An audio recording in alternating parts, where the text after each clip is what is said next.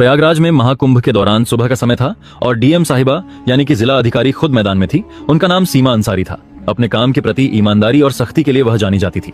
इस बार प्रशासन ने कुंभ में सुरक्षा और व्यवस्था के कड़े इंतजाम किए थे। सीमा साहिबा को इस बात की जिम्मेदारी गई थी कि पूरा आयोजन शांति और सुव्यवस्थित ढंग से संपन्न हो। सीमा साहिबा को आमतौर पर सूट या साड़ी में देखा जाता था, लेकिन इस बार उन्होंने अपने धर्म और संस्कृति को ध्यान में रखते हुए हिजाब पहन रखा था। वैसे तो वह इसे निजी समारोहों में पहनती थी, लेकिन आज का दिन खास था। वह गंगा घाट पर निरी के लिए आई थी और हिजाब के साथ हल्के रंग का कुर्ता पहना हुआ था। घाट पर तैनात पुलिस वाले हर व्यक्ति की गतिविधियों पर नजर रख रहे थे। विशेष रूप से संदिग्ध व्यक्तियों की जांच हो रही थी। सीमा साहिबा भीड़ में चुपचाप निरीक्षण कर रही थी। उन्होंने अपनी गाड़ी और सुरक्षा दल को घाट के बाहर छोड़ दिया था ताकि वह आम लोगों के बीच जाकर माहौल का जायजा ले सके। जैसे ही वह घाट की ओर बढ़ी, कुछ पुलिस कर्मियों की नजर उन पर पड़ी। एक कांस्टेबल ने अपने सीनियर से कहा, सर वह महिला संदिग्ध लग रही है। देखो वह अकेली घूम रही है और उसके कपड़े भी थोड़े अलग लग रहे हैं। सीनियर इंस्पेक्टर ने दूर से देखा और हामी भरते हुए कहा, ठीक है, उसे रोककर पूछताछ करो। किसी भी अनजान व्यक्ति को ऐसे नहीं छोड़ सकते।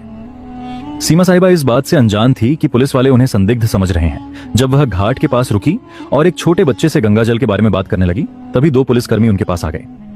मैडम आपको यहाँ क्या करना है?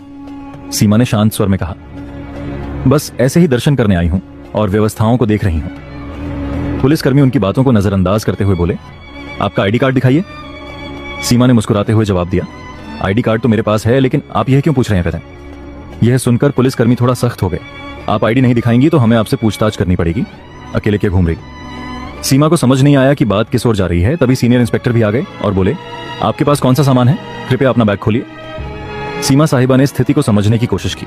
उन्होंने सोचा कि अगर अभी वह अपनी पहचान बताएंगे तो यह लोग शर्मिंदा हो सकते हैं। इसीलिए उन्होंने पहले पुलिसियों की गंभीरता को परखने का मन बनाया। उन्होंने शांति से कहा, आप जो चाहे पूछ सकते हैं, मैं यहाँ किसी गलत इरादे से नहीं आई हूँ। पुलिसकर्मी अब पूरी तरह से शक के घेरे में आ गए। उन्होंने सीमा का बैग ले लिया और जांच शुरू कर दी। इसी दौरान एक अन्य पुलिसकर्मी ने कहा, इन्हें थाने ले चलते हैं, वहां पूरी पूछताछ करेंगे।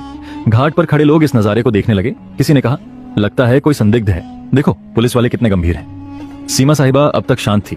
उन्होंने तय किया कि वह अब भी अपनी पहचान नहीं बताकर स्थिति को और आगे बढ़ने देंगी। सीमा को थाने ले जाया गया। वहां इंस्पेक्टर ने उनसे सवाल जवाब शुरू कर दिया। आप कहां से आई हैं? यहाँ क्यों आई हैं? आपका नाम क्या है? सीमा ने मुस्कुराते हुए कहा, क्या मैं अपना नाम बाद में बता सकती हूँ? पहले आप अपने सवाल खत्म कर लीजिए। इंस्पेक्टर को यह बात नागवार गुजरी। उसने सख्त लहजे में कहा, आपकी यह हरकतें और चुप्पी हमें मजबूर कर रही हैं कि आपको को हिरासत में लिया जाए। अब तक सीमा ने चुपचाप सब कुछ सुना, लेकिन वह जानती थी कि इस कहानी का अंत उन्हें ही लिखना होगा। उनके चेहरे पर कोई घबराहट नहीं थी, बल्कि एक अलग ही आत्मविश्वास झलक रहा था।